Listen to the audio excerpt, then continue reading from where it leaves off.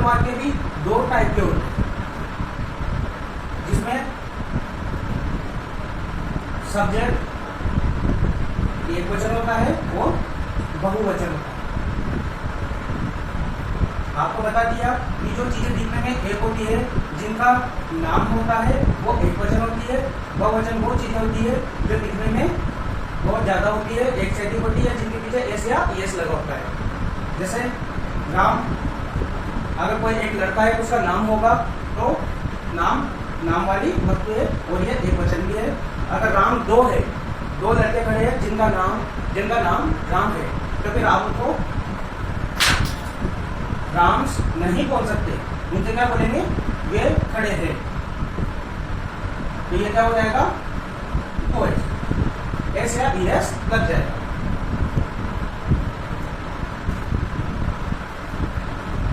तो आपको ये याद करना है सिंगुलर और प्लूरल।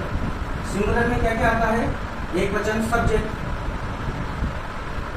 ही, शी, इट, वो एक नाम वाली वस्तु है या जिनके नाम हो।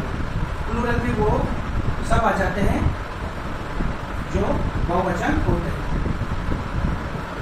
या फिर जिनके पीछे एस या एस लगा हो, जो ग्रुप में होती है। अंतर यह होता है कि जब भी आप हिंदी की इंग्लिश लिखते हैं तो सबसे पहले सब्जेक्ट लिखेंगे, वर्ब लिखेंगे, फिर ऑब्जेक्ट लिखेंगे। सिंगुलर में जो सब्जेक्ट आएगा उसके बाद वर्ब के साथ एस या एस लग जाता है, फिर ऑब्जेक्ट आता है। प्लूरल जो वाक्य होता है प्लूरल का, उसमें सब्जेक्ट के बाद वर्ब आती है, फिर ऑब्जेक्ट आता है। यहाँ पे एस और एस नहीं लगता। आपको बस ये बातें ध्यान रखनी है। सिंगुलर और प्लूरल में क्या क्या आता है ये आपको रट्टा मारना है या फिर दिमाग से याद कर लेंगे, क्योंकि जितने भी सेंटेंस होंगे, जितने भी वाक्य बनेंगे, वो सब सिंगुलर और प्लूरल के अनुसार बनेंगे। अगर आपको ये याद है तो आप इन दोनों के बीच में, वर्ब और सब्जेक्ट के बीच में ग्रामर का यूज कर पाओगे। जैसे एक सकारात्मक वाक्य ले लो,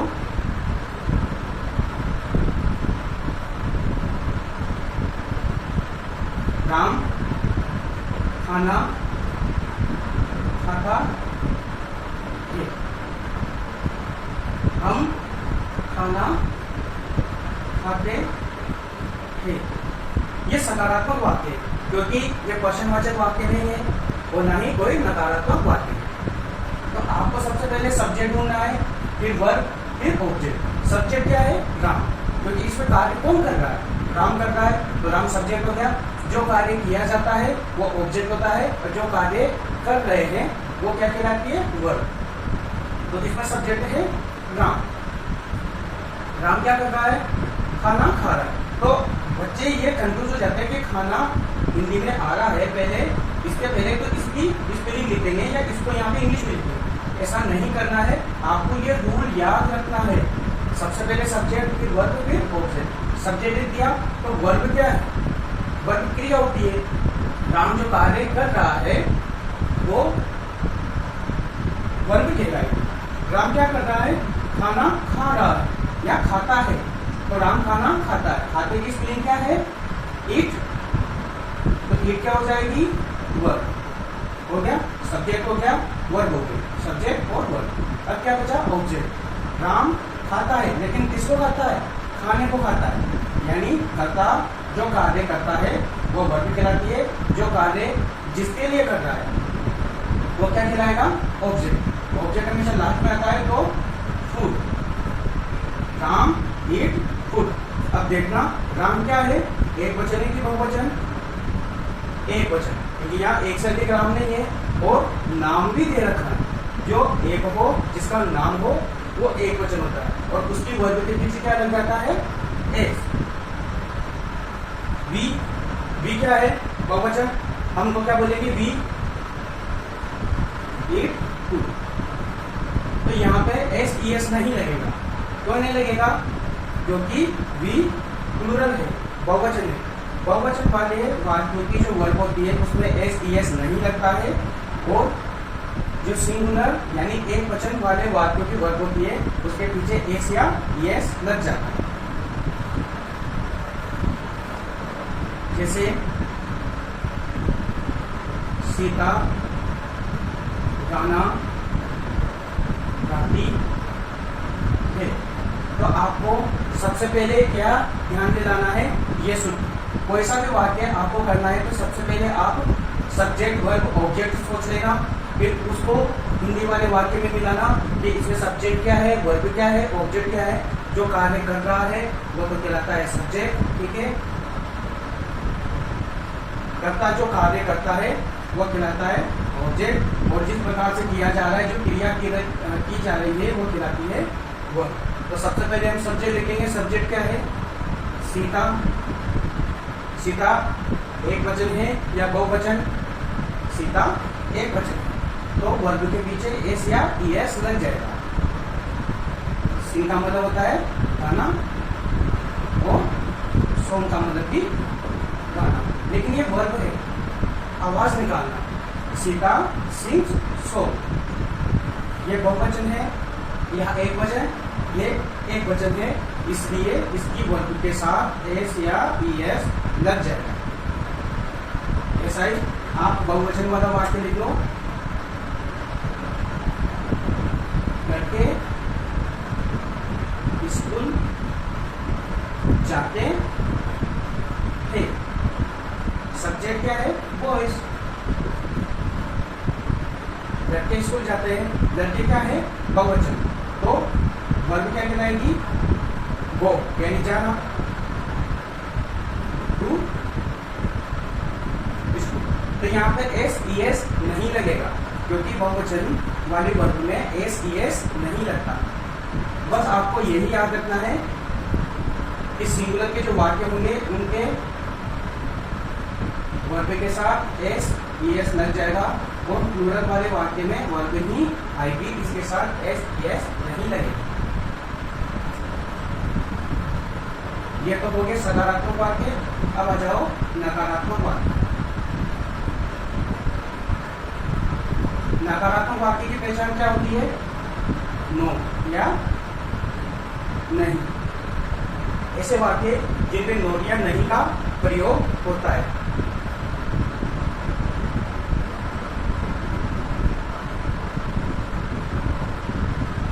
राम स्कूल नहीं जाता है, ये वाक्य कौन सा हो गया, नकारात्मक।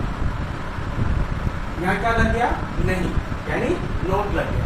अगर यहाँ से नहीं नोट को हटा देते तो वाक्य कैसा हो जाएगा, सकारात्मक। राम स्कूल जाता है, और वाक्य ऐसे बन जाएगा, राम, राम सिंगुलर है तो इसकी वर्ब के पीछे एस या ई एस लग जाएगा, गो के पीछे ई एस लग जाएगा। राम गोज टू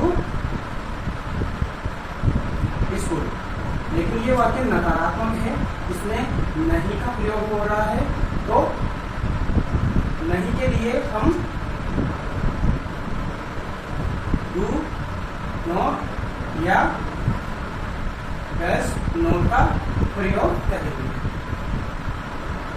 अब प्रॉब्लम ये है कि इसका प्रयोग किसके लिए किया जाता है और डज का प्रयोग किसके लिए किया जाता है।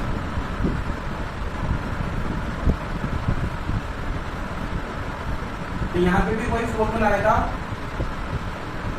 डू का प्रयोग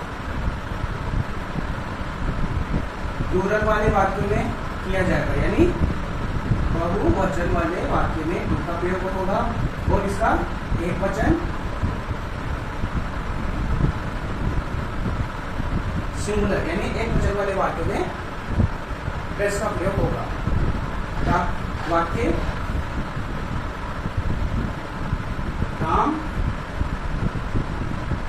स्कूल नहीं जाता है। सबसे पहले क्या लिखेंगे, सब्जेक्ट। मैंने आपसे पहले भी बोला था कि ग्रामर का जो भी यूज होगा वो सब्जेक्ट और वर्ब के बीच में ही होगा। तो यहाँ पे ग्रामर का प्रयोग होना शुरू हो जाएगा। नेगेटिव वाक्य, नकारात्मक वाक्यों में ग्रामर का यूज होने लग जाएगा। तो सबसे पहले सब्जेक्ट लिखेंगे, सब्जेक्ट है राम। देखिए राम के बाद वर्ब लिखनी होती है, लेकिन वर्ब से पहले आपको नहीं लगाना है। नहीं को इंग्लिश में नोट बोलेंगे, लेकिन नोट कभी अकेला नहीं आता है, वो या तो डू के साथ आएगा या डज के साथ आएगा। ठीक है, अगर राम सिंगुलर है तो वो किसके साथ आएगा? Does note, Ram does note. उसके बाद आप वर्ब लगा दो। वर्ब क्या है? वो टू इसको। यहाँ पे आपको एस ई एस नहीं लगाना है, क्योंकि एस और ई एस का जो नियम था वो सकारात्मक वाक्य होता है, सीमित रहता है, उसके बाद उसका यूज नहीं होता। वो सकारात्मक वाक्य में शुरू होता है, वहीं पे खत्म हो जाता है।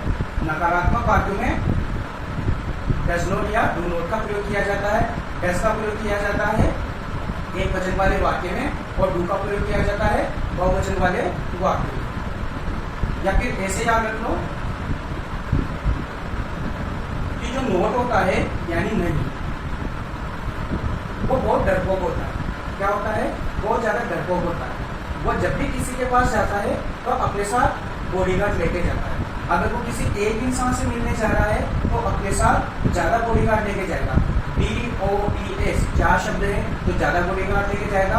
लेकिन अगर वो बहुत सारे लोगों से मिलने जा रहा है, यानी बहुवचन वाले कर्ता के पास जा रहा है, तो फिर वो 2 ही बॉडीगार्ड लेके जाएगा। बस आपको इतना सा याद रखना कि अगर वो एक वचन यानी एक इंसान से मिलने जा रहा है तो ज्यादा बॉडीगार्ड लेके जाएगा, और बहुत सारे लोगों से मिलने जाना है तो फिर वो 2 बॉडीगार्ड लेके जाएगा। एक वचन में डज नॉट और बहुवचन में डू नॉट। अब बहुवचन वाला वाक्य देखो, लड़के टीवी नहीं देखते थे। लड़के टीवी नहीं देखते तो सबसे पहले क्या लिखेंगे? वही फॉर्मूला, सब्जेक्ट। सब्जेक्ट क्या है?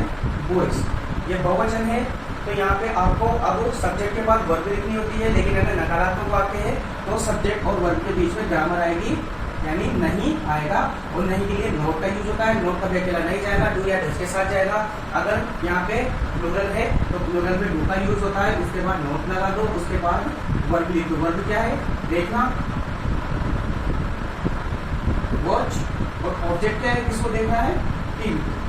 ठीक है, boys do not watch TV. तो आपको ऐसे याद रखना है, आपको बस ये फॉर्मूला याद रखना है, और ग्रामर हमेशा सब्जेक्ट और वर्ब के बीच में ही आएगी।